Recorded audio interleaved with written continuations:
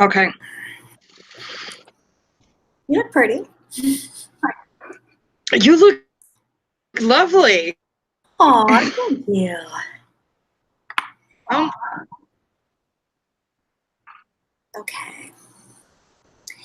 I had it There set was up an on error a different loading your event, so app. hopefully people will find us. Okay. How do we know like what they're asking? We should be able to find the chat.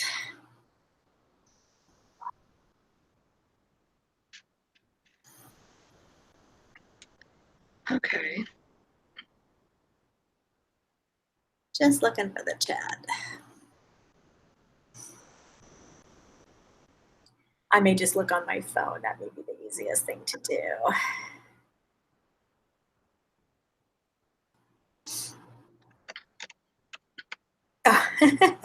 It came up with Yogi's picture as the thumbnail. Okay, I can see the chat now on my phone. Hi, everyone. It came up with Yogi's picture as the thumbnail. Okay, I can see the chat now on my phone. Hi, everyone.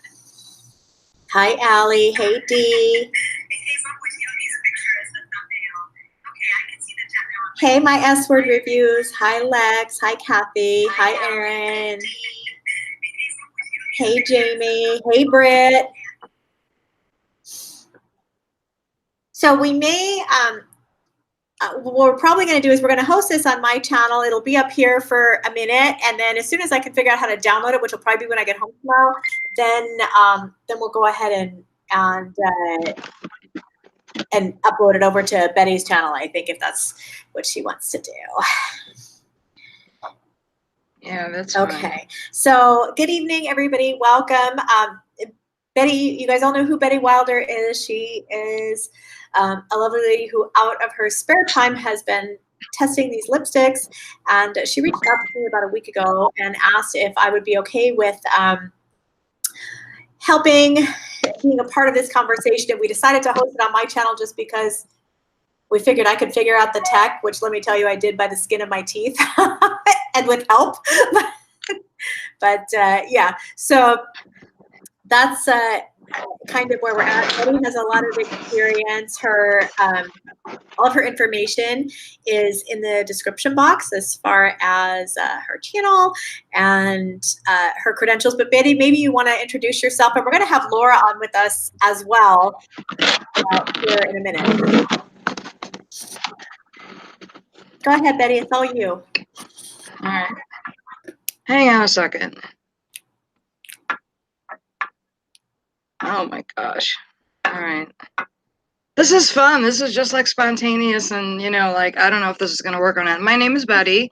I am the quality control director for a food manufacturing company. I've been there for 28 years. Can you guys hear me? I hope you can hear me. Anyway, and okay, and so yeah, so just about a month ago now, I think it's like a month to the day, I tried to buy some Jaclyn lipsticks, Jaclyn Cosmetics lipsticks, and found out that they were unavailable. So they had either been pulled from the website or they were out of stock, I don't know which. And I was seeing some issues online with people. And the quality control is kind of like what I do. So I'm the quality control director. I handle all of our OSHA requirements, our FDA requirements, the Food Safety Modernization Act requirements, work with the USDA, work with FDA inspectors, auditors, and basically like establish all our like standard operating procedures and protocols for testing and so that we can, get in good raw ingredients and send out good product.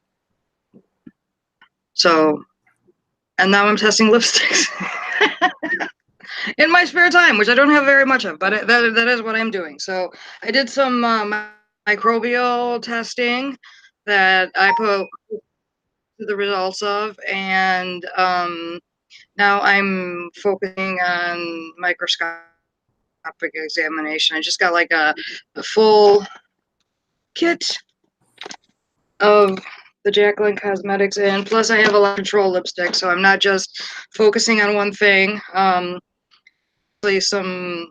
might be some larger industry issues here, but yeah, that's like basically like what I do. So you guys might have seen the video that I posted about the microbial testing. I did find some mold in the inside cap of the lipstick. All the lipstick so far testing negative. I also did like a preservative study, and like that was trying to still figure out a way to test the integrity of the waxes and the oils that are in there.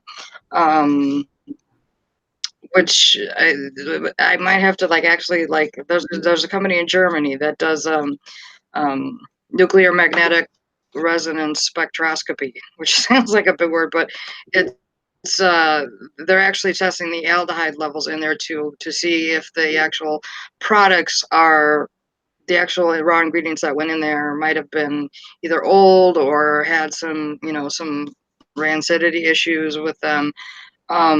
It's weird to me. I just opened this box today of the Jaclyn set, and I'm telling you, there's like there's almost not a lipstick that smells the same as another lipstick. So that's where I am today. I didn't have enough time to do a lot of other things. I have like 2 video cameras now, so I can focus better on the microscopy testing that I'm going to be doing. So, but I'm sure like other people had some other questions about like other things. And is Laura on yet? Because she had some stuff she wanted to add to it too. Yeah, she'll be getting on in just a minute. I think she's having issues with the invite. Okay. So we're getting her on. She'll be with us in just a minute. What do you have to say, Jen? Yeah. Well, first of all, I want to say that nobody's trying to be unkind to like another the brand new as a brand owner. I want to be unkind to another brand. Definitely not trying to be unkind to a person, but I do feel that public health and safety is a big thing, and I think that we should all keep in mind. I think Kenna Whitnell said it very well, that the lipsticks are most definitely contaminated. There's visual contaminants in them, so regardless of the microbial testing, whether they turned out to have other added guests in the formulation, right, is really it is very important, especially for people who have compromised immune systems. But I think we just can't lose sight of the fact that that they are definitely contaminated. They are, and the self-admittedly. I mean, if you watch that my lipsticks video, there, it's basically, it's kind of, ironic because she said that, they were using cotton gloves, there were cotton fibers, they were using cotton towels. But yeah, that's all okay for you. And that's not all okay. I mean, physical contaminants, especially through porous surfaces like towels and gloves, can spread anything that might be on the hands.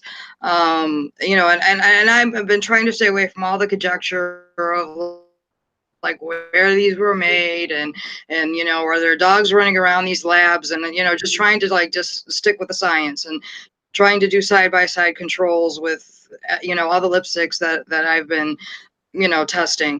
But just the inconsistencies of what the brand owner is saying. At one point she says in the first video, oh, the lipsticks melt at 145 degrees. Well, if you go on the FAQ, the frequently asked questions right now today, they list the melting point at 129 to like 155 degrees. That's a big difference. That's for something that that there aren't radical differences in the ingredients between one shade and another shade, for there to be a 23-degree span of of the lipstick melting point is an inconsistency. And And frankly, I just don't know why a recall hasn't been issued already. Yeah, and I think one of the things that I was most distressed about was the test results that that were posted. I was a little bit puzzled, and of course, I think Laura could speak more to this when she gets on.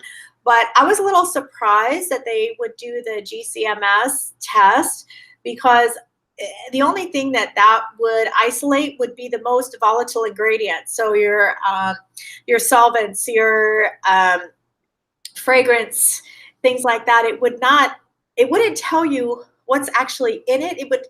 You're testing for various ingredients. And first of all, that's just like a pretty basic test, super inexpensive. You can test for about a few $100s per ingredient that you're testing for. And obviously, what the volatile ingredients are that are in your formula. So that isn't a full chemical analysis. It's a very basic analysis. It would only point out certain ingredients, and it doesn't tell you what else is in it besides those things. So I was kind of puzzled by the decision to do that rather than a full chemical analysis. That threw me a little. Well, a full chemical, heavy metals, arsenic. There's a lot of other things that have been found in lipsticks before, asbestos, lead. None of that was tested for, and a basic microscopy or basic filtration to determine physical contaminants wasn't done. Which is to me would be basic. I mean, I know that there's claims of metal and plastic and those things.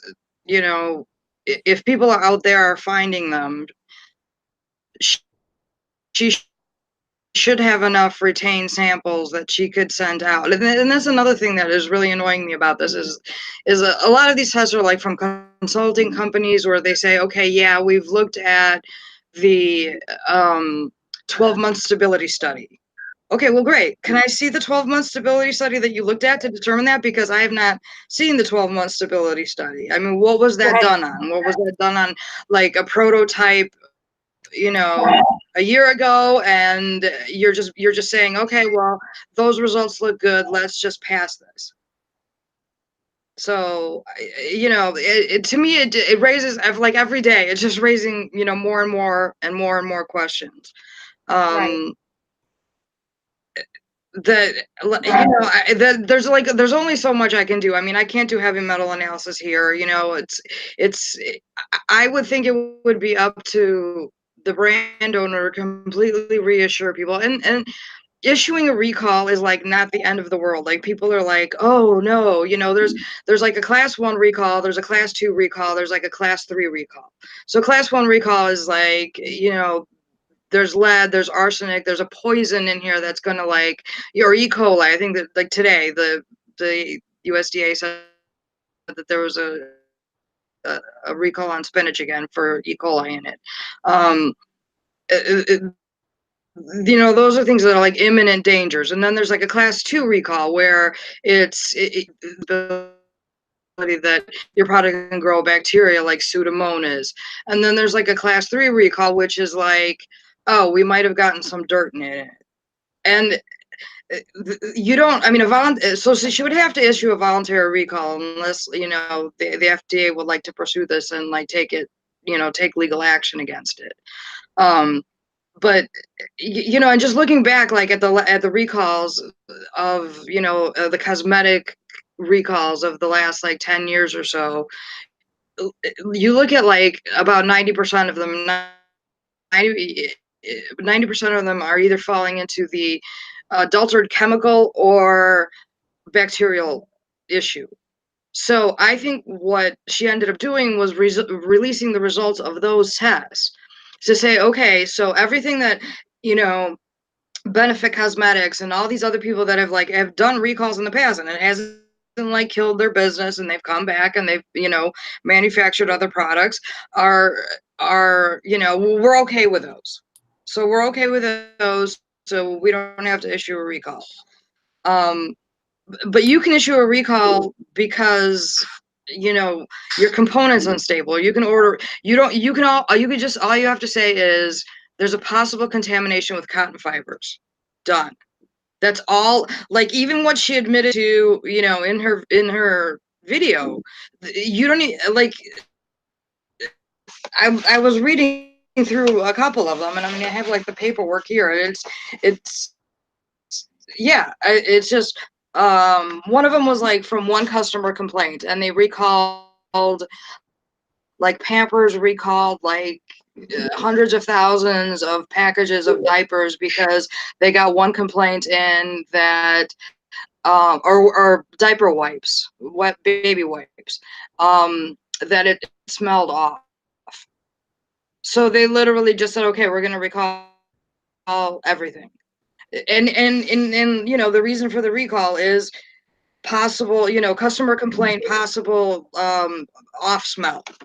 That's all, like, they have to say. They could just say like what they've already admitted to, you know, production mixing failures, potential contamination with cotton fibers, and be done with it. That's all they would have to do. And bought all of their lipsticks because it was all done online.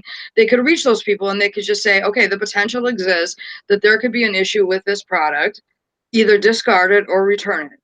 And that's all a recall means. I mean, they don't even have to pick shipping. They could just say discard the product. So it's, you know, and I don't know, like, the more time goes by, the more, like, I'm like, is she just, you know, is she hoping that it just kind of like blows over? Is it, this would have been easy if she had just done this like 1 week into the thing and just said, okay, there's a potential for contamination from cotton fibers. We're recalling these lipsticks. I had no idea the manufacturer was using this. You know, I'm going to seek recourse against them for, you know, not informing me of this, but we're recalling these lipsticks for the, you know, possibility of contamination. That's all she would have had to do.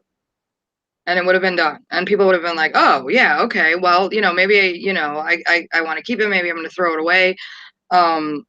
But I mean, that's just my opinion. My opinion is, you know, she didn't even have to do like a class 1 recall where, okay, we have like E. coli 1571 and it's going to kill you. It's just that's not, you know, the issue. The issue is like basically like 4 things that she admitted to, like on the video: poor mixing, not mixing properly enough, cotton fibers and towels in the production line.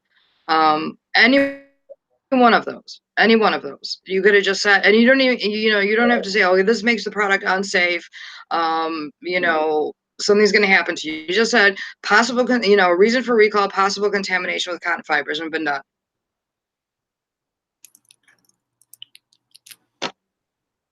What do you think, Jen? I lost you a little bit in the audio there. I'm trying to help Laura get on.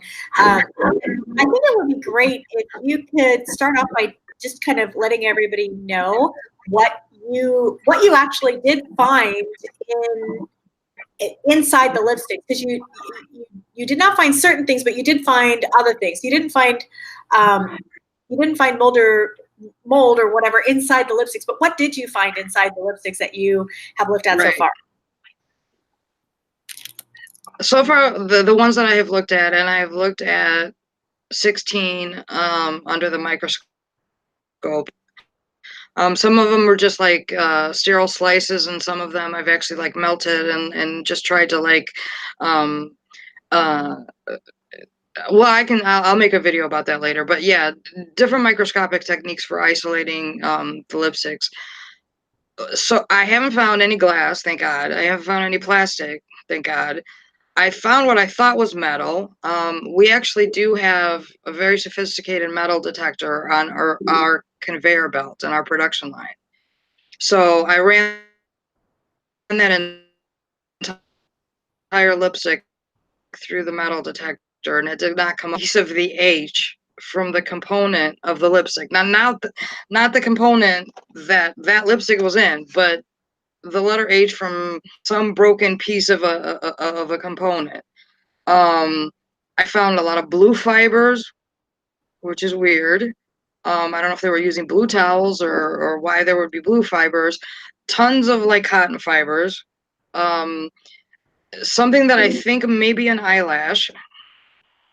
And that's about the extent. Now, there's a lot of things I'm trying to like catch up on as far as like what things look like under the microscope, because there's a lot of her pigments that look blue or look and I don't know how they mix pigments together to get, you know, a shade that they're getting. So you know, I think another person found that the pigment dispersal is off. The if you dig into the base of the lipstick base is almost a lighter color than the middle and the tip. So I think like the pigments are definitely not like completely distributed throughout the whole thing.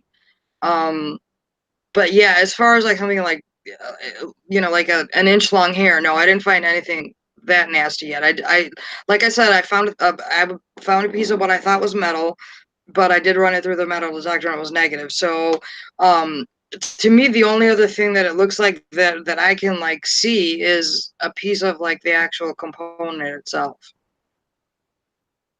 So that's kind of where I am, but I have like a lot. I was waiting for a shipment, so I just got like the big collection in. So there's a lot more testing coming with that.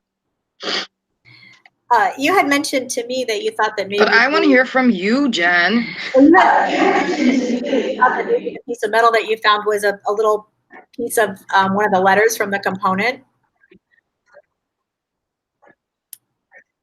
Yeah, it looked like if you took the letter H and just cut cut it in half and then shortened the pieces so it looked like a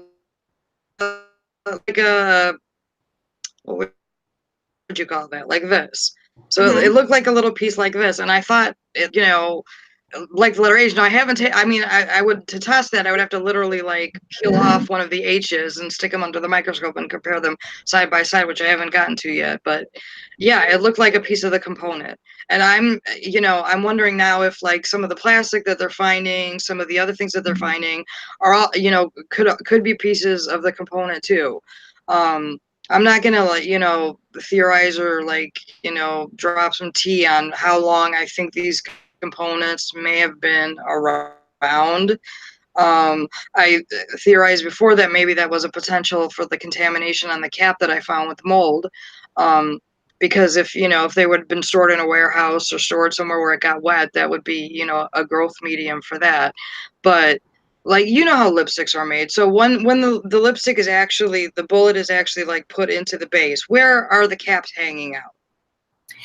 The caps are normally when the components come. The caps are like separate from the lipstick. Yeah, normally when the components come, they come in pieces where they're in different boxes. So the bases might be in one box and the caps might be in the other. If it was something with a wiper, maybe the wipers might be in the boxes with the caps, but normally they're separated and they're not put together until it's the finished product is done. So the basic process for making lipstick is, number one, all the raw materials are verified. So there is like quality assurance, quality control that takes place at every step of the process, which really confuses me about this whole deal to no end, because it's just impossible if these procedures were followed at any step of the process that this wouldn't have been cut. So I'm really confused about that, but I'll just tell you what normally happens and then we can kind of go from there. So normally when the raw materials come in, they would be verified and then signed off on by quality assurance. Then they go into pre-weight. So at the pre-weight stage, what they would do is measure out the amount required for the recipe of each individual product, the same as if you were baking cookies or a cake or something like that. You have your 2 cups of flour and your half a cup of sugar, that kind of thing. So they get measured, then quality assurance comes and signs off. Then they go into the actual stage where some of the butters and waxes and things, I'm sure, have to be heated up and melted, and they have to be heated to a certain degree for a certain amount of time, and that again would be dictated by the formula. And so in accordance with the recipe, the compounding department would take care of heating those waxes and butters to the prescribed temperature, and then they would mix all of the ingredients together in the base, which is basically a colorless version of the lipstick. And then particular to that color, they would add in the specific pigments, mix it up. And once it's all mixed together, then quality assurance would test it again. So quality assurance has tested it now 2-3 times, right? At each stage, and now they're going to test it again. So they would do. They should, yes. They would do a swatch test on the arm. And one of the things that I did see in a couple of the videos that I saw where people like melted their lipsticks and messed with them was that there were not huge chunks, but just not smooth pieces within the lipsticks. And so those pieces that are not smooth, to me, in my experience, look like maybe lower quality butters and waxes that just didn't melt all the way in the process. Because higher grade ingredients, of course, perform like a charm, and the lower grade ingredients tend to have certain issues with that. So in my experience, when I've seen that before, it's been because it was lower grade ingredients, maybe not 100% pure, or whatever. So they would do a swatch test, and they should catch that right then and there when they swatch it, because when you swatch it, you can see those, especially when it's warm and the lipstick is liquidy, and it's very easy to see that there's parts that just aren't smooth. And then once that's done, then it would be poured into the molds. Now, normally in a mixture, there is going to be a scrap factor. So depending on the type of product that you're making, the scrap factor could be as little as 5% and as much as 15% of the mixture that would never be used. It's kind of like the bottom of your bowl when you're making cookies. There's all that flour and stuff that never quite gets mixed in along the side and on the bottom.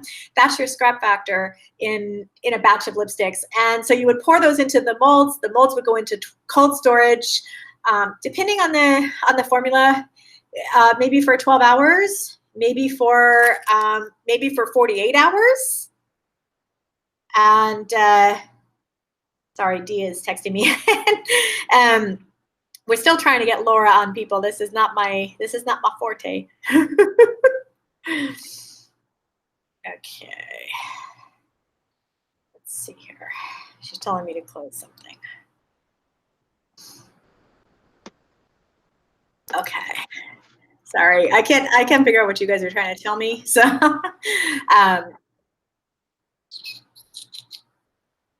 yes, I can send it to you, Dee. I will send it to you now.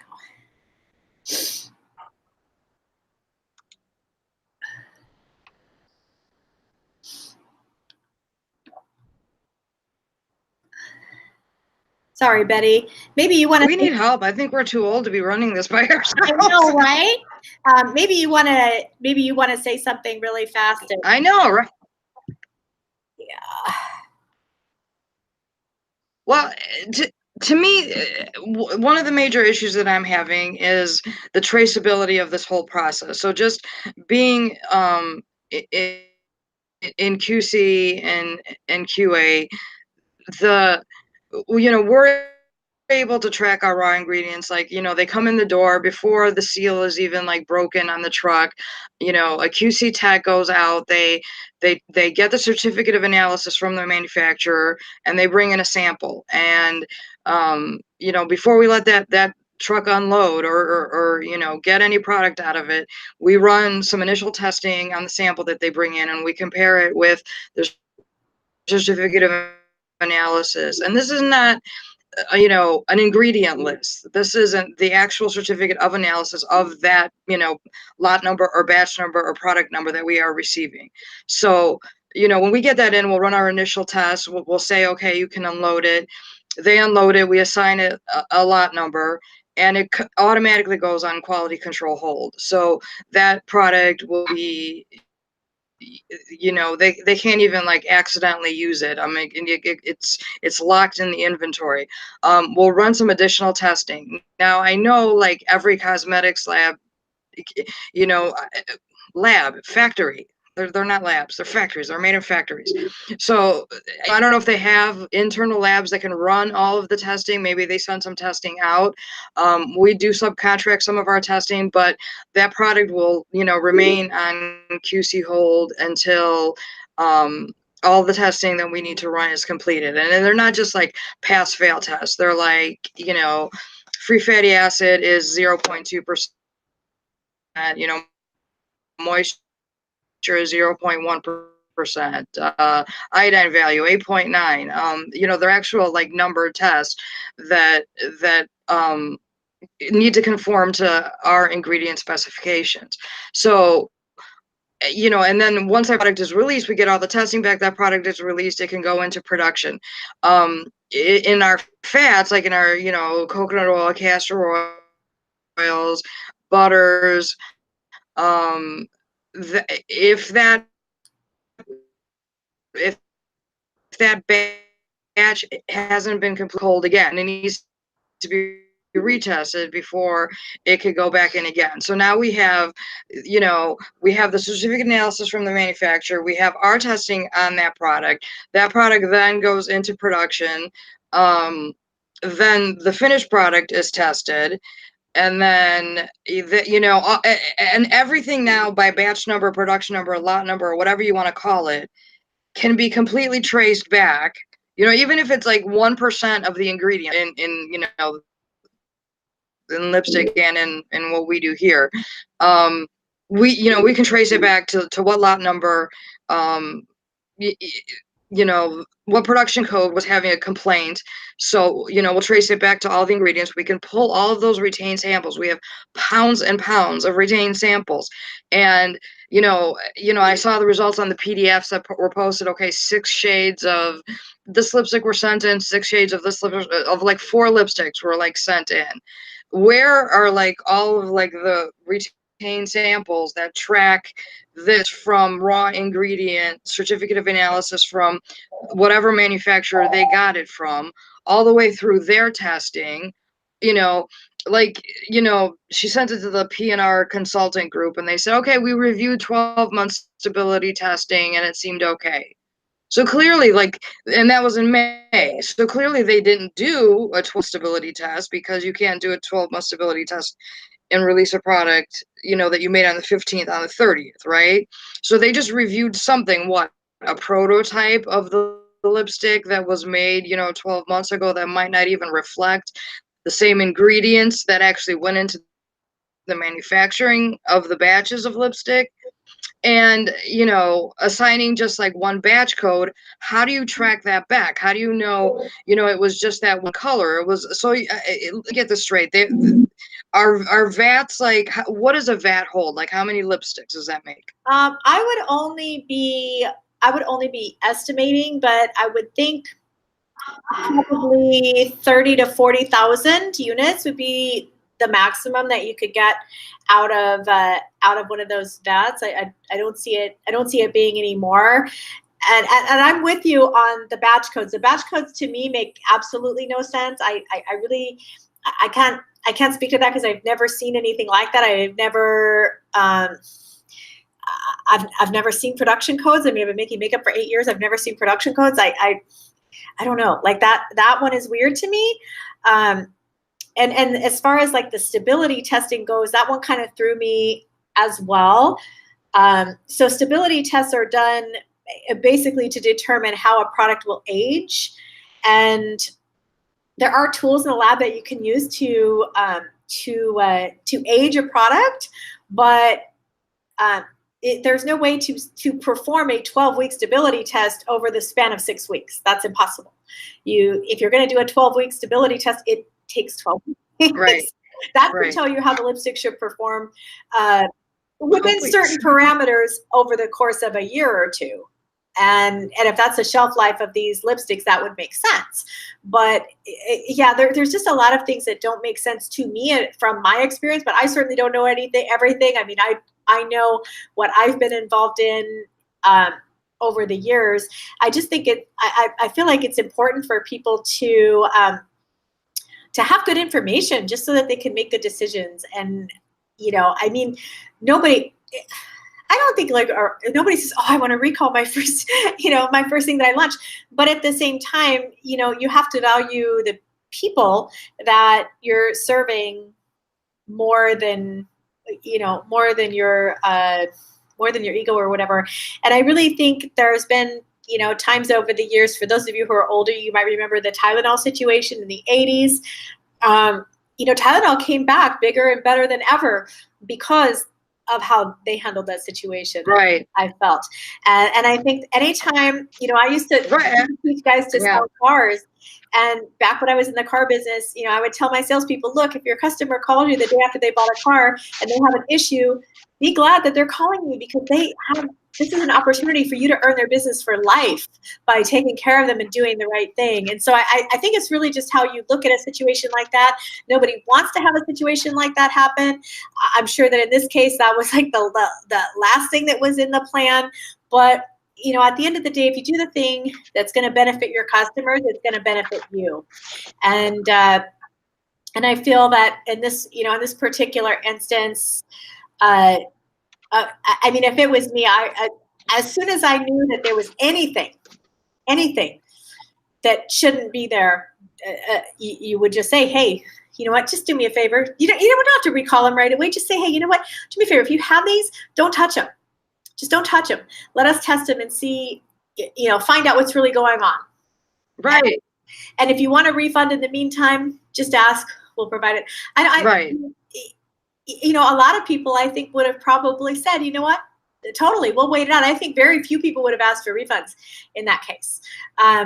It's the continual insistence that the products are safe that makes me uncomfortable, because you don't know. And you're uncomfortable on video. Yes. You can say to an extent that some of that is, could be created for, to stir up drama or whatever.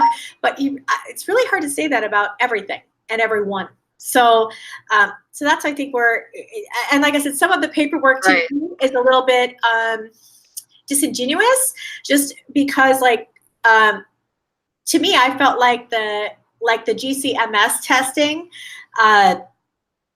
it doesn't prove anything.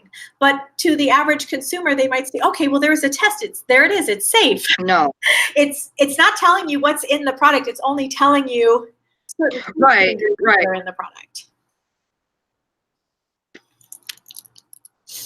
Right. And it's also when you run a GCMS, you tell it what column you want to run those ingredients through. So basically you're telling it like what you want, just everything. It's not like if there was like acetone or toluene or some weird like volatile chemical, and you're not running the column that, or the procedure that's going to test for that, then you're going to have, you're not going to like find that. So, but I think like,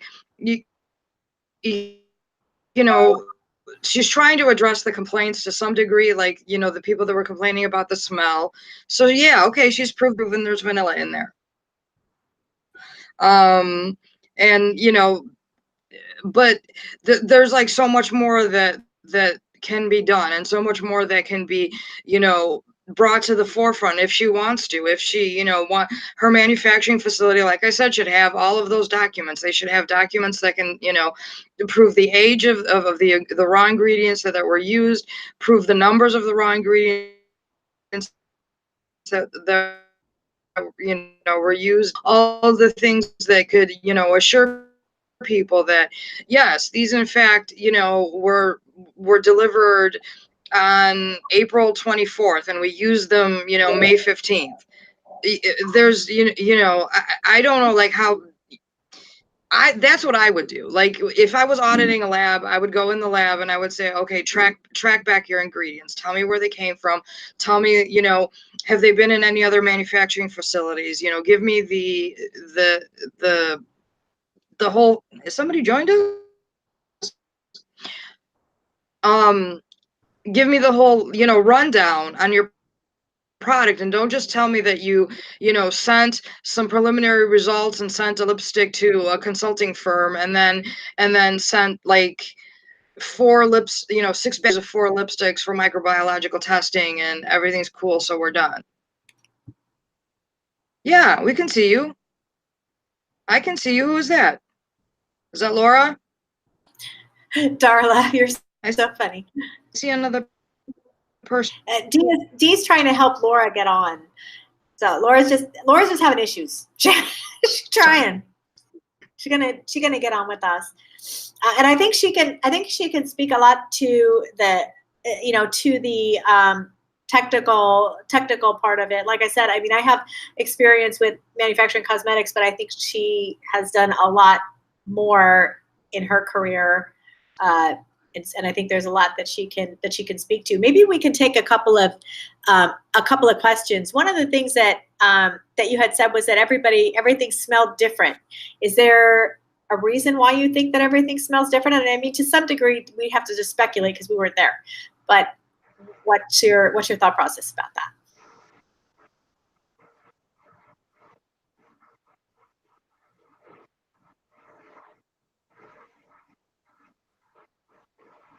Betty, did I lose you?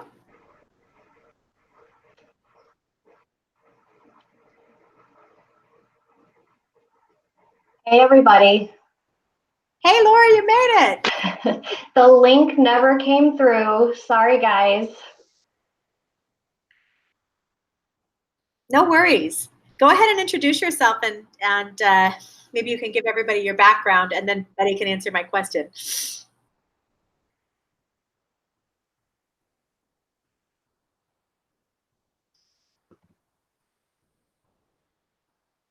Laura? Okay, now we lost Betty. Okay, fun times. Sorry for the echo. We just moved into a new house, so I have an empty office. Can you guys hear me? Yes, we can hear you just fine. Okay. Well, I am a retired formulation chemist.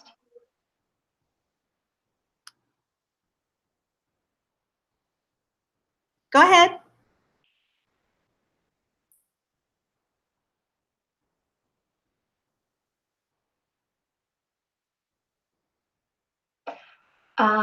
And I used to work in water-soluble polymer films. Sorry, there's a little bit of a lag here trying to get used to what's going on. Anyway, I worked with a lot of very similar cosmetic.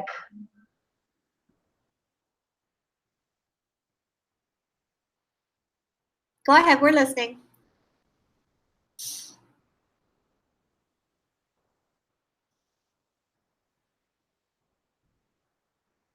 Ingredients.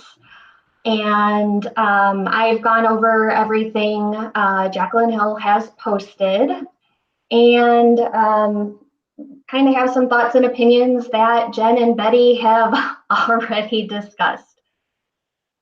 So,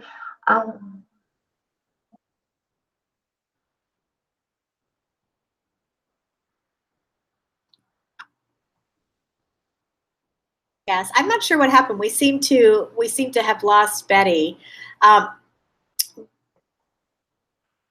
Okay then. Sorry about that. Hopefully, I'm not sure what the delay is all about. Betty and I seem to be doing fine. I don't know what, I don't know what happened. Dee is saying that you muted the YouTube side. I'm not sure what that means. But yeah, we were just talking about the testing and the documents, and I was saying that some of the things that I thought were a bit disingenuous. I don't like talking over people's heads. I hate it when people do it to me. every tech person I've ever hired, they use these big words, and I'm like, okay, don't talk to me about that because I don't understand any of that. Just talk English. And I kind of felt like some of the documents that were put out were a little over the general consumer's head, but really didn't have a lot of meaning, such as, whether or not a lab or a production facility is OTC certified really means nothing when you're making lipsticks unless the lipsticks have sunscreen, because OTC is an over-the-counter drug, and pretty much the only thing in cosmetics that would be considered an over-the-counter drug would be sunscreen. So if the product doesn't have sunscreen in it, you're really not utilizing the OTC part of the facility. So it's kind of irrelevant whether or not it has that, but it's a buzzword that kind of makes you think, that the facility is that much better. It's kind of like saying that your car has rack and pinion steering and four-wheel disc brakes when all cars have rack and pinion steering and four-wheel disc brakes. It's not going to make your car run any better than the one next to it. So some of those things I took a little bit of issue with just for that reason. And then, as I said, the testing kind of fell with that, at least the GCMS testing, because it just wouldn't test for, for what everything is that's in all the ingredients that are in the formula. It would only pick up those that are the most volatile. So, you have a lot of experience with this. What kind of testing, if you were in that position, what kind of testing do you think would be ideal, and what would that reveal? Okay, Jen, I just caught up. I had to close YouTube out on my computer. That is why there was such a lag. So I'm sorry. Hopefully we can get Betty back. I pasted the link back into our chat group, so hopefully she can. So how about we do this? While we are figuring what's going on with Betty, I don't think anyone has brought up yet, we put together a link down below in the description box to let everyone know how to report any contaminants or any complaints that they have with their Jaclyn Hill lipsticks. That way everybody can just click the link in the description box and it will take you exactly to the page on the internet to report anything, or it in some cases will list a phone number. So at least we have that said to make things a little bit easier on anyone that has purchased these lipsticks. And looks like Betty's back. Yay, Betty! Zadi Doll has a great question for either one of you. Do you think that she did heavy metal testing?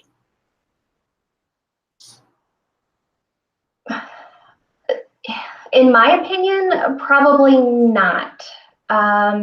Unless without knowing the raw material supplier and what country it came from, it's hard to say. Heavy metal testing is, on the pricier end. I just, based on what Jaclyn has put out in the universe between her videos and the paperwork, I don't think there would have been time to do that unless they did it in lab samples while they were formulating. And that would assume that they were using the same raw material suppliers in the lab as well as in product manufacturing. My opinion. We'll see what Betty has to say. Did we lose Betty again? I think we lost her again. Let's see. Were there any questions? Formulation-wise, I know you guys covered GCMS spec pretty well. Jen, you said it all. People asked about FTC, and I think they mean FDA. Okay, so the paperwork that Jaclyn put out shows very loosely that she supposedly worked or manufactured in a CGMP or GMP production facility. What that means is that facility that the lipsticks were manufactured in is registered with the FDA, and the FDA has, sorry, words escaping me. The FDA has approved the facility in regards to its following good manufacturing practices according to FDA standards. Yes, but the FDA does not regulate cosmetics. We're not required to register cosmetics with the FDA. They really have very little oversight, even with the OTC certified over-the-counter certifications. They don't do like, how do I say, surprise inspections or anything like that that I'm aware of. And I just, when it comes to cosmetics, there's a very little oversight. And I think it's because, I have a background in teeth whitening, and in teeth whitening, the FDA doesn't get involved because it's considered self-administered, meaning that you put it on yourself. And so the FDA doesn't get involved in regulating that, and they don't regulate cosmetics for the same reason. The FDA also cannot order a recall of cosmetic products. They can ask a manufacturer or distributor to remove products from the market. They can ask them to recall. They cannot physically recall them. They can, however, put out a warning, I believe, if they test and find certain things, find something to be unsafe. But let's face it, our government does not move fast with anything. And it's always best for the manufacturer to address the issues first and foremost, and take care of the issues accordingly. And I think it's important. It's just important to always put public safety first. I mean, there's nothing that's worth having somebody get hurt or worse. To me, there's nothing that's worse than that. And so I just wouldn't want to be responsible for that. And I think, I think as a business person, you have to have the best interests of the public at heart. And I think that was why, Betty has put a lot of her personal time into looking into these things. I'm sure that she's gotten criticized for it. And, I think it's out of a genuine concern for public health. So, and I know, Laura, like, you're the same, and we've talked, and, we just feel like it's important. Let's see if there's questions here in the chat. Okay, Christopher wants to know, he says, I was just curious about the cost for a recall. Is it cheaper to simply refund orders than it would have been to recall? Also, does favorite or business insurance cover recall loss? I believe that insurance would cover that.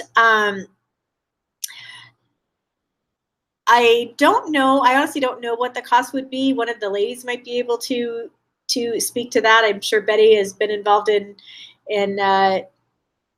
recalls working in food at one time or another, and she might be able to tell that. I honestly don't know the answer. Does anybody? The cost of a recall and whether it's cheaper or not to refund orders, and would insurance cover it?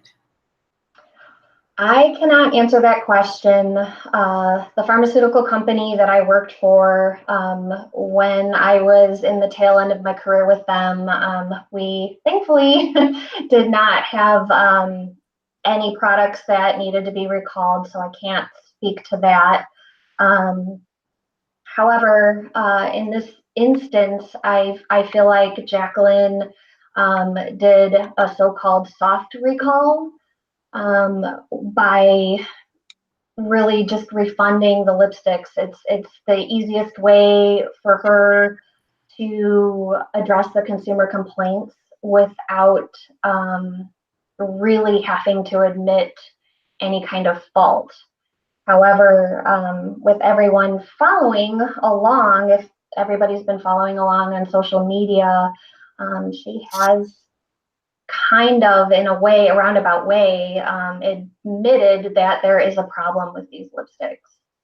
And those problems come from almost every point in the manufacturing process. There's problems with the formulation.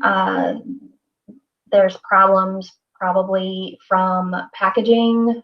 There's problems pretty much all the way down the line until it left, the warehouse. And then even when you include shipping conditions, there's issues with that because the product just isn't stable for the shipping conditions that they are being put under. Yeah, you guys have some theories about what could have caused that, but maybe we can get to that in just a second. I wanted to answer a couple of questions. So Belinda wanted to know if Betty found animal hair in the lipsticks. As far as I know, she did not. She found white fibers, hairs, black fibers or hairs. She found what she thought was possibly an eyelash, and a piece of what she is fairly certain is metal that could be a piece of the little addition on the outside of the component. I did want to point out something that I found out last night, because I had never actually seen the lipsticks up close, and I was over at Rich's place and he had one, and I did notice that when you close the lipstick down, if anyone has this, maybe in the chat, maybe you can tell us if yours is the same way. When you close the lipstick down, there's still an opening there. It clicks like it closes, but there's clearly still an opening. So I'm just wondering if anybody else has seen that. Finray would like to know, if people do decide to keep using the lipsticks, what are the potential risks that they should be aware of? Laura, could you answer that? Well, in just looking through the ingredient list, there were a few ingredients that stood out to me as known potential allergens or even irritants to people that are sensitive, could be sensitive to these ingredients. The main one that stood out was benzyl benzoate. Now that is, in my opinion, used in two ways in her formula. The first, it was used as part of her flavor system, her fragrance. And then secondly, it was listed at the very end of her ingredient list. And that one, to me, would signify that it was used as an additional preservative to the natural preservative system she chose to use in her formula. And that one, you can do, a simple search. There's a website called PubChem that you can look up ingredients, and there's also a cosmetics website that'll pop up if you do a general Google search that shows that it's a known allergen and skin irritant. If people were to use these with, chapped lips, if they have, any broken skin, or certain people can truly just have an allergy / sensitivity to it, and it can cause some, inflammation, a rash, those types of things. We can't say if there is mold on anyone's lipsticks yet, because no one has, that has done testing has come out and said, yes, the actual bullet, the lipstick that you apply to your lips has had mold. Yeah. So that's kind of where we're at with that so far. So the dangers. So what you're saying is the dangers are kind of unknown at this point. They are unknown. Some reactions, that people have reported, but it's really one of those things where you really don't know. So if you have a weakened immune system, probably best to just stay away. For sure. I warned a couple of my friends to, yes, not use them, because we truly don't know whether or not these lipsticks are safe, because the contaminants have not all been identified. Okay. Alex has a question. Is it really beneficial to register a business in Delaware? There are a couple of benefits of registering in Delaware. The first is that the officers of a corporation are kept secret, where in any other state, you can easily pull up the articles of incorporation, which lists all the officers. The other is that in cases where there is litigation, you do not get a jury. You get a judge. And in most cases, a judge is very well versed in the law, of course, and is less likely to give like a giant award to, on sympathy, which I think sometimes juries do. So I think those are the main reasons why people incorporate in Delaware. Somebody else asked, do you think by issuing refunds to everyone was her form of a recall? I think we've all kind of agreed that I think everybody has to be aware that it's not a recall, but it seems that that's as good as you're going to get. Sue says, I worked in a food manufacturing facility. We had all our contractors carried insurance in case anything happening to stop production or recall of your product, depending on the level of your insurance, money-wise, what you're covered for. That makes sense.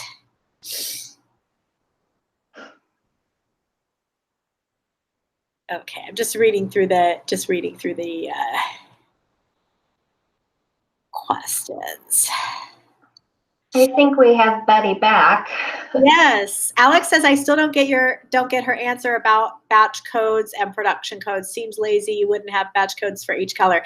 My experience is that there is a batch code for each color, and for some of these colors, there probably would have been more than one batch code because every vat would be its own batch. There's just no way to make hundreds of thousands of lipsticks with one kettle.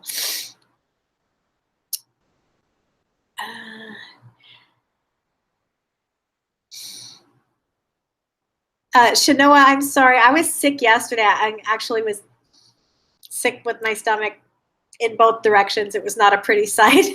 So maybe my nose is stuffy. I apologize. For that. Betty, did you have anything that you wanted to add to the discussion about the things that we've been discussing while you were gone?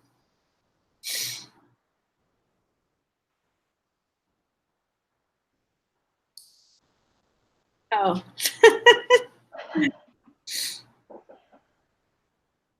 Betty, can you hear me at this point?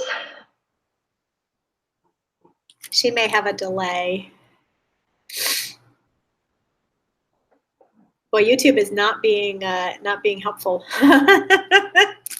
Not being Definitely not. Okay, do we have more questions that are coming through? Thank you, Belinda. Thanks, Chris. Thanks, everybody. I do feel better. It was not a pretty sight there for a minute. And of course, we're not staying in the greatest hotel.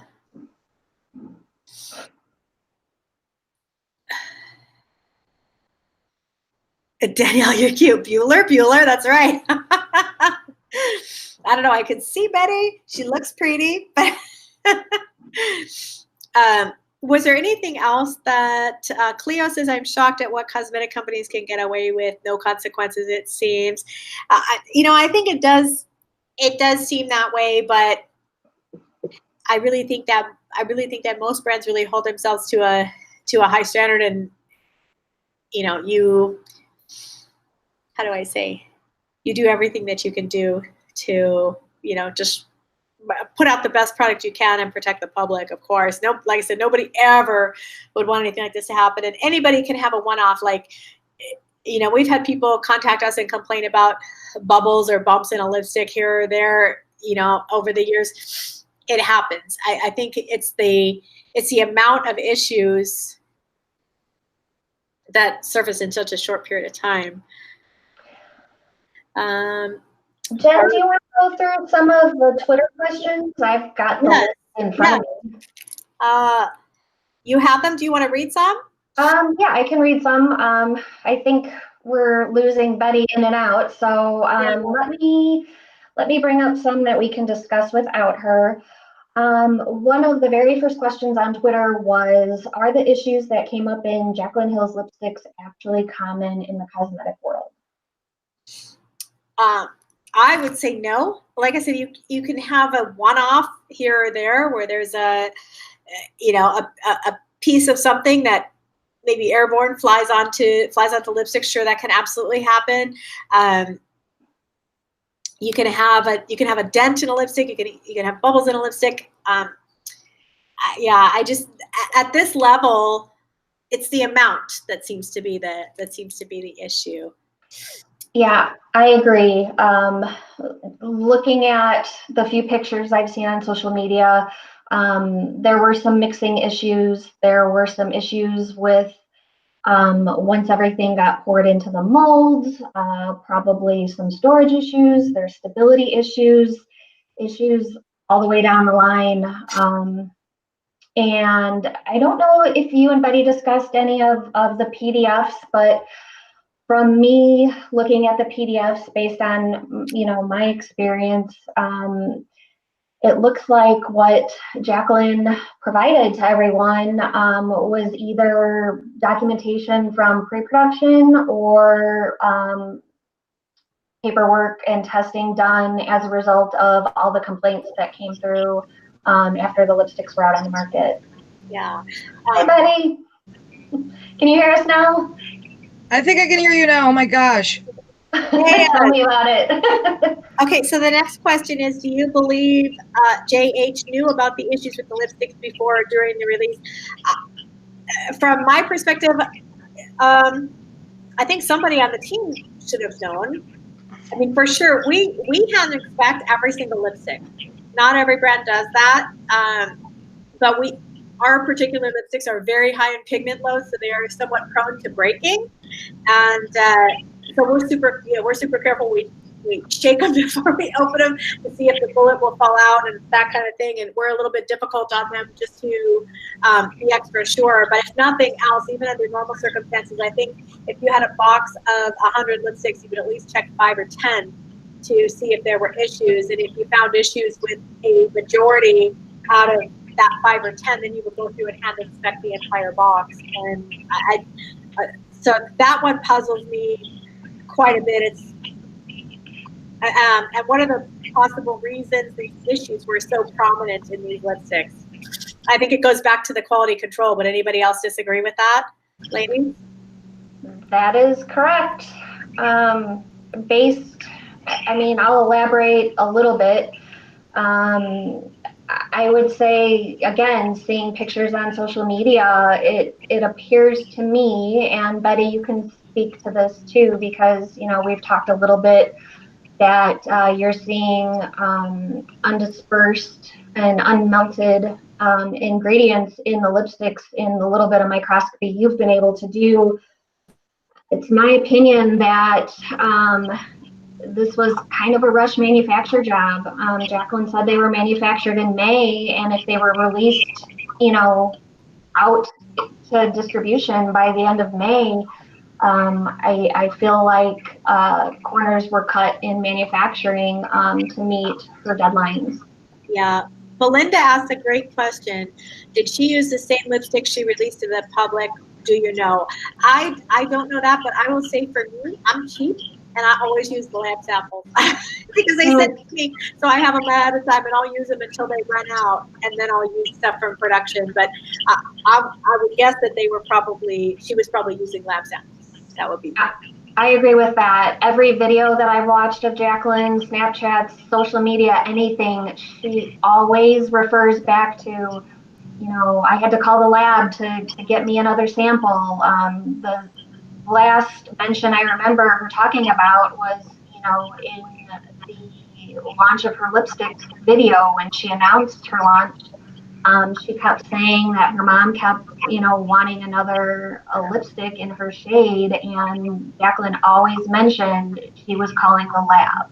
Well, and it seems that these colors were done a long time ago. Normally for us, by the time we finish something and it goes into production, then we're going to launch it within a few months normally.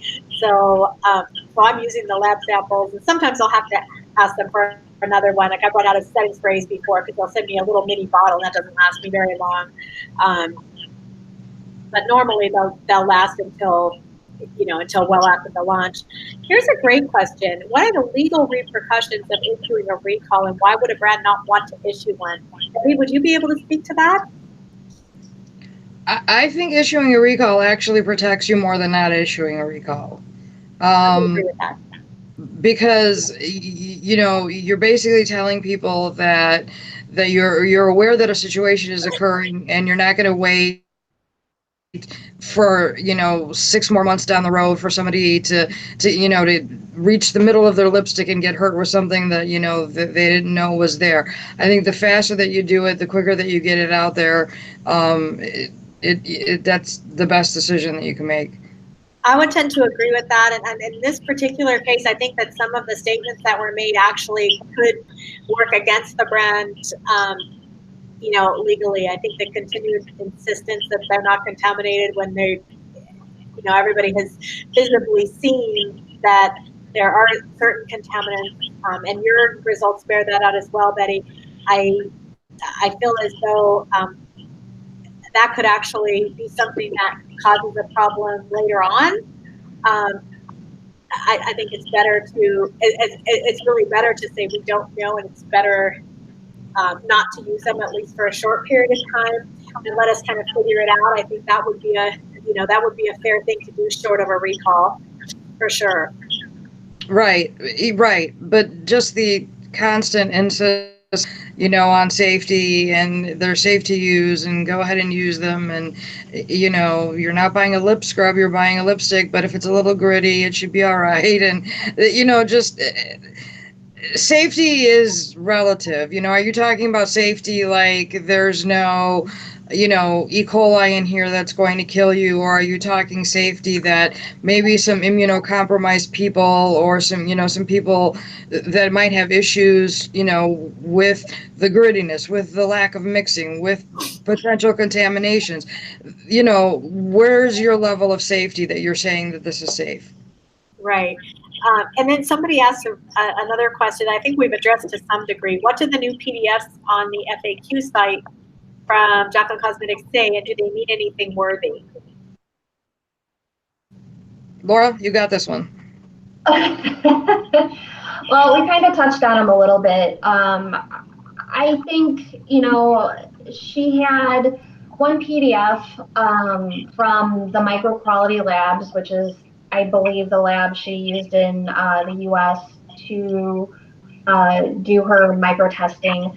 I only saw in one PDF that she possibly ran micro on the production samples, and it was one bulk sample. The rest of the micro testing was done after all the complaints started coming through. There were a few clues that I know some of the drama channels have pointed out on, how the product codes were different, listed different on some of these documents. We found that, Morphe's name was, blacked out, and I believe that was the document that showed the bulk testing on the possible production lot, and it wasn't done after production. But again, it's just speculation.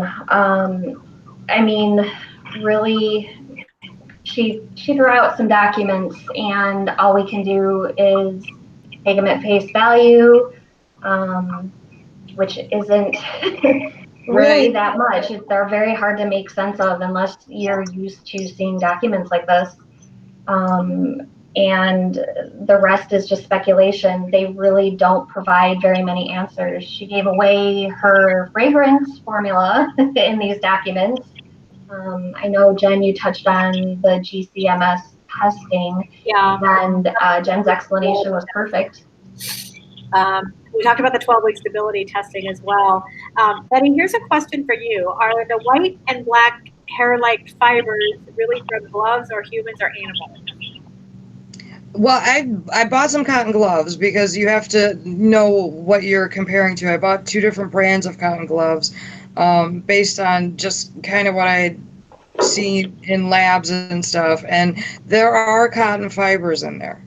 Now, I don't know if they're from gloves or towels, but they appear to be matching the glove cotton fibers. Now, again, there's an unusual amount of blue cotton fibers in there, and there's also the only thing so far that I found that it's not a fiber, it's a hair, and I believe it's a human hair. Okay. So that was the next question, were the hairs from animal or human? What shade was it that you found mold in the cap, Betty? It was Control Freak.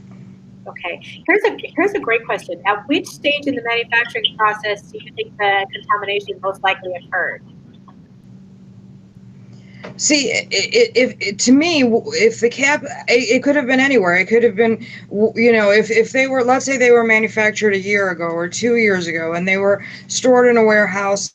All that would need would be, a source of water, like a flood, where there's, microbial and fungal contaminants mixed in with water. Even if like a box were, to flood on the bottom of the box will dry. You might not even notice that anything had happened. It could have happened then. It could have happened, when somebody is a human being actually putting these caps on. Yes, normally. Okay, so again, if we are to believe that they are using cotton gloves, cotton gloves are porous. They're skin cells can get through. And the thing about where I found it is that JH parts, prominently sticks out. I mean, that whole ridge thing bothers me because, if like if you've ever stuck in a lipstick or a chapstick or anything in your purse or to travel with, gunk accumulates around where that seal is. That ridge is much too large for my comfort. It is, and the one that I saw didn't seem as though it's sealed all the way. It could have just been that one. I'm kind of wondering if anybody else, had that experience here. And I mean, I think we want to talk about like what we can do going forward. I think some really good things have come out of this situation. Number one, I know I'm looking at my makeup a lot more carefully. I'm sure everybody else is too. Thinking more about sanitation. I'm pretty good about I wash my brushes pretty much every time I use them, if not once a week at the most. So I'm pretty good about that. But I've never rolled up a lipstick and looked at it, like I have been lately. So I think that's a good thing that we're paying more attention. But here's a really great question. Should we be sanitizing our makeup that sits without use every so often? And what do you think, Laura?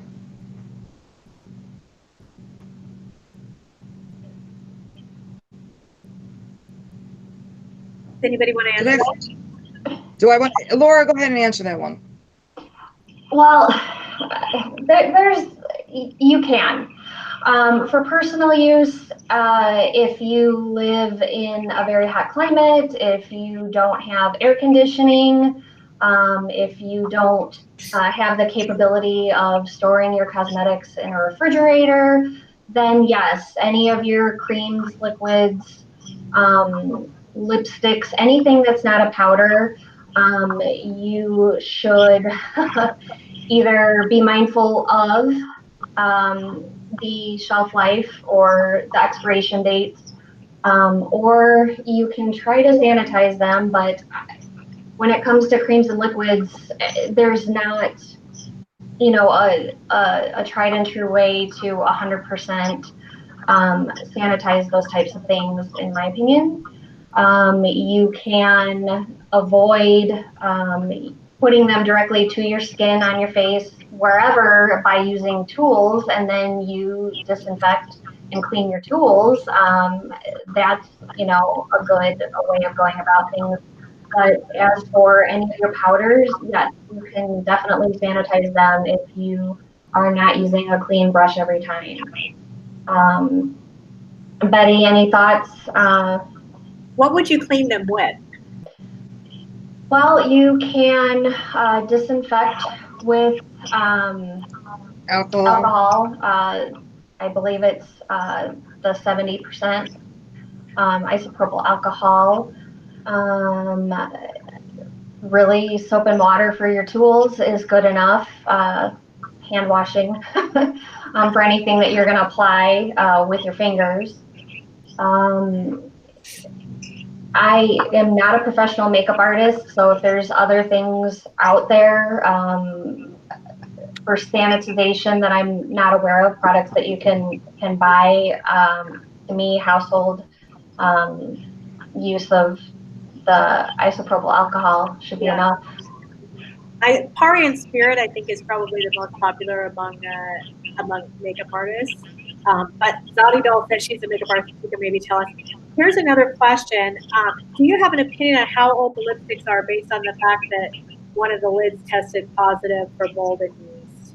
And what about all the hair and fibers? Well, the hair and fibers, I think, seem to be much more widespread. I mean, like I said, the lipsticks in general, I feel, the low moisture content are right now pretty resistant to, having an immediate yeast and mold issue. But it's over time that could change, especially if that container isn't sealing properly, or something like that is happening. But you need a larger sample size. You need a samples, and that's why, again, it drives me crazy about the lack of retained samples. We try to do a 1% pull of a retained sample from everything that goes out. So if what would that be? That would be 3,000 lipsticks if you send out 300,000. That she should, have checked or examined or have retained somewhere that she could, trace back and test again. Jen, what is standard when it comes to cosmetics? I mean, I come from pharma. I'm used to overkill. We pulled tens of thousands of samples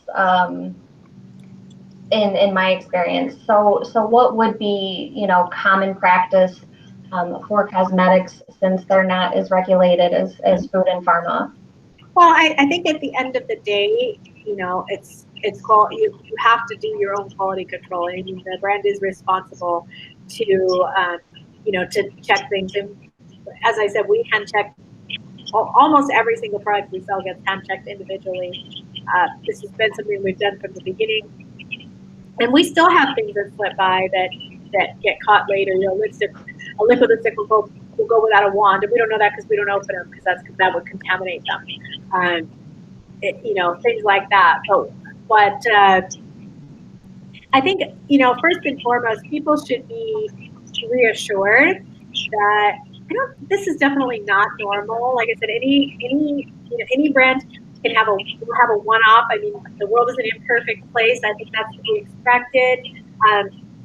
If somebody wrote into us and said, "Look, I have a white fuzzy on my lipstick," the response would be, "Please throw it away. We'll send you another." And right. But like I said, if you but you would, the odds of that happening are not so great, and it would be one here and there. Right, but you wouldn't say it's safe, go ahead and use it, but we'll give you a refund. Absolutely. Well, because no, it's not about money at that point. It's about putting somebody's health in danger. So, you have to look at it from that standpoint. It's just like,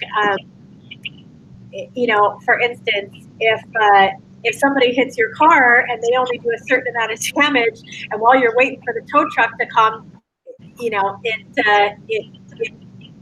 I don't know, a typhoon comes along and destroys your car. You have to think about the possible repercussions of what you do. And now that person wouldn't be on the side of the road if it wasn't for that. So you just have to think about the possible repercussions of putting something out there that could possibly harm somebody, and nobody wants that. It's not worth it. This is not worth it. So right. you would never tell a customer, no. No, we would not tell them to continue to use it. At least we wouldn't. Yeah. I don't think most would. Right. Okay. That's reassuring, Jen. Okay, so Zadi Doll says to use Beauty So Clean or Cinema Secrets, but all will leave a bit of residue. And then maybe we could just do one last question. So somebody wanted to know what we should all learn from this.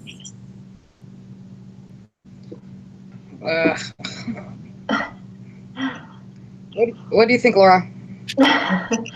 Pay attention to what you purchase, inspect it, check the packaging to make sure it hasn't been tampered with. Really give it a good look over before you apply it to your face or body. Check, expiration dates. All expiration dates that are listed on packages is from the day that it's opened. I don't know. There's so much. Like Jen said, what everybody experienced with this product was not common. So really, what everybody's going to be looking at is going to be probably overkill now. But yeah, you have to pay attention to your products. Look for fingerprints. Especially if you see fingerprints on the outside of the packaging, that means somebody may have opened it up and looked at it, swatched it, breathed on it, sneezed on it. You just got to look things over a little more closely since we're now all aware of cosmetics. The cosmetics industry isn't very well regulated by any government agency. And I don't know about anybody else, but I really checked myself about the fact that I really don't look at my makeup at all. Like I just pop it out of the box. Oh my God, I want it so bad. And I just go right down because I'm so excited. I don't even look. So, I mean, I think I know for me, I definitely learned that. But I think as a consumer, I've learned that. As a brand owner, I've definitely learned some things as well. And we've actually changed our internal processes just a little bit to try to be even more careful with things. And I'll say, I think other brands have too. I had the Smoke Sessions palette that I bought from Milk Cosmetics. A great palette, by the way, if you don't have it completed. But the formula is very, very soft, and it does not travel very well. And I had it about 3 days. I took it with me on a trip, and on the way home, in my carry-on, one of the shadows broke. And so, I own a brand, so I know usually big things cost a lot of money.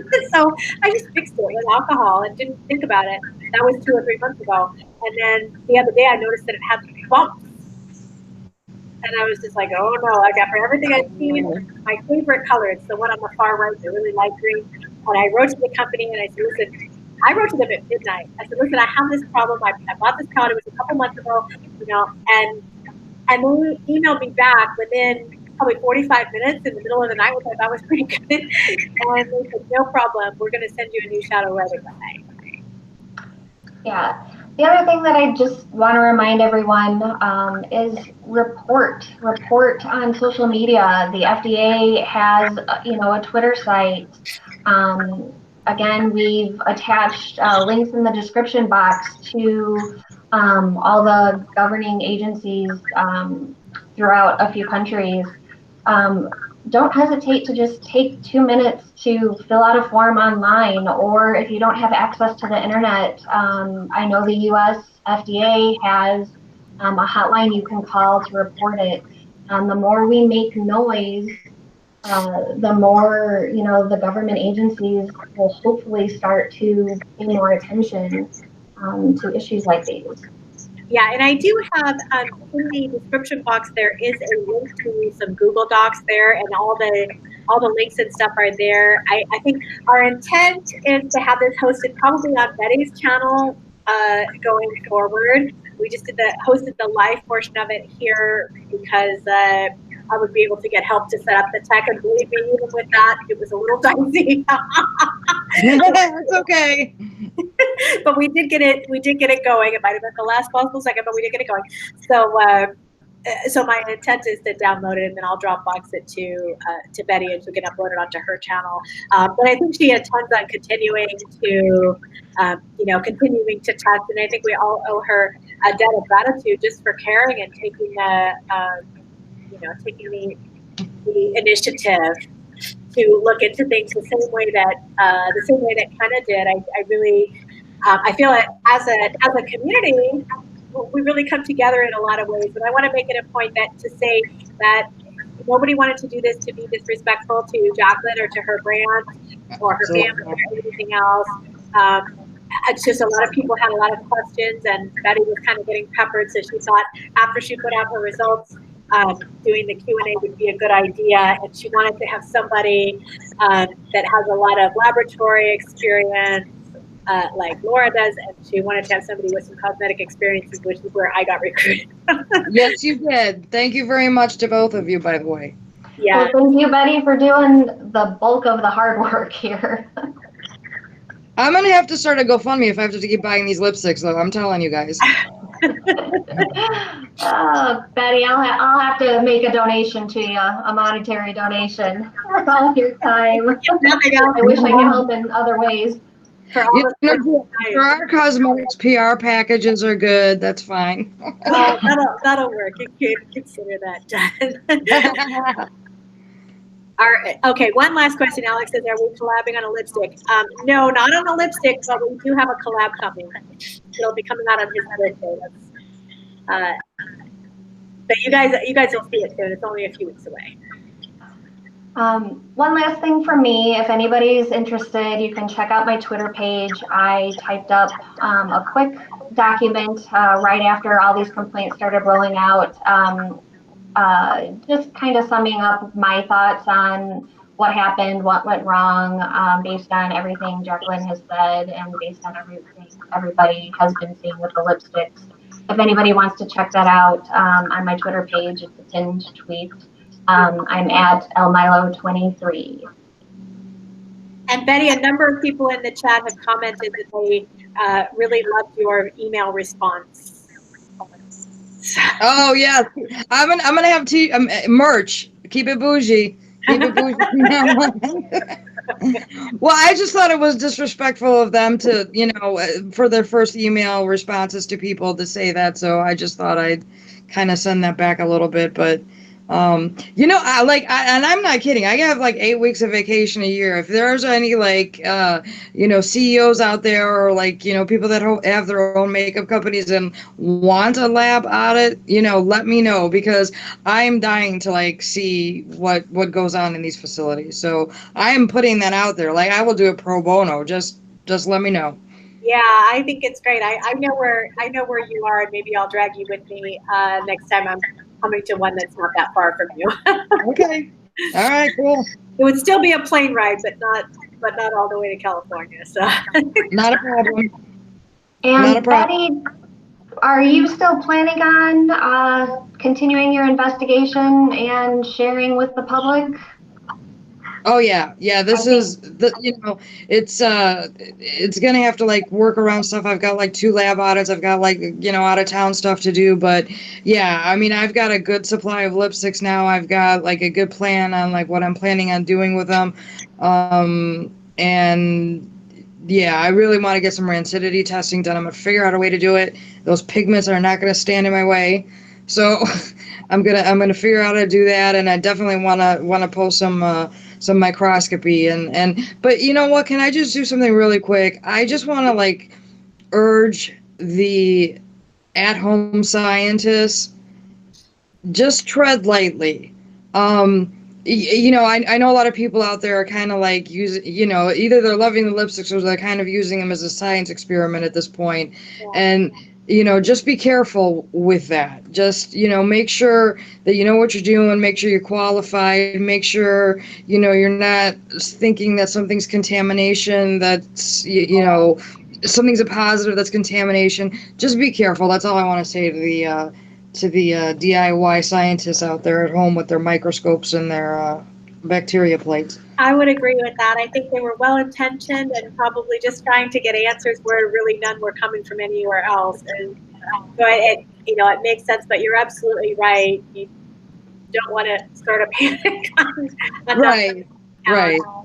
Yeah. So at any rate, everybody, thank you so much for participating. And Betty, thank you for inviting me. And I'll get this. I'm flying home first thing in the morning. So when I get home, I'll figure out how to upload this and get to a Dropbox Okay. and put it on your channel. And, Okay. And I think it's just amazing of you to take your time. And Laura, you're so knowledgeable. Really, just appreciate your input. Yeah. Thank you so much to both of you. Okay, everyone. Have a great night. Thanks for coming along. And I'm going to have a video up here in the next few days, so don't worry. A video, a regular fun Jen video. Okay. Anything so important. Talk to you all later. Have a great night. Bye, everyone. Good night, everybody. Bye. Bye.